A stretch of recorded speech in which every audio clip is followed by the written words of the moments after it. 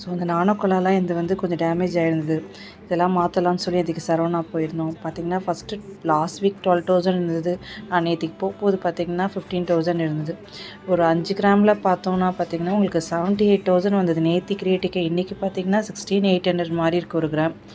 அதுவும் நம்ம ஃபஸ்ட்டு பார்த்திங்கன்னா தாலி ஊருக்கெல்லாம் பார்த்திங்கன்னா 18 கேரட் கோல்டு போட்டிருந்தோம் பார்த்திங்களா, அதை மாதிரி இருந்ததுன்னா ரொம்ப கஷ்டம். நீங்கள் இப்போ மாற்றி எடுக்கிற மாதிரினா 22லேயே எடுத்துக்கோங்க.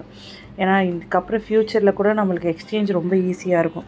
இப்போ பார்த்திங்கன்னா தெரியும், நான் கடைசியில் இந்த மகாலட்சுமி மாங்காய் வந்து மாற்றலை. ஏன்னா ப்ரைஸ் ரொம்ப ஹெவியாக வந்தது. ஒரு 20,000னா பரவாயில்ல, எனக்கு 80,000 கிட்ட வந்துருச்சு. நம்ம எக்ஸ்சேஞ்ச் போட்டோன்னா கூட நம்ம கையிலேருந்து 50,000க்கு மேலே கொடுக்குற மாதிரி இருந்தது.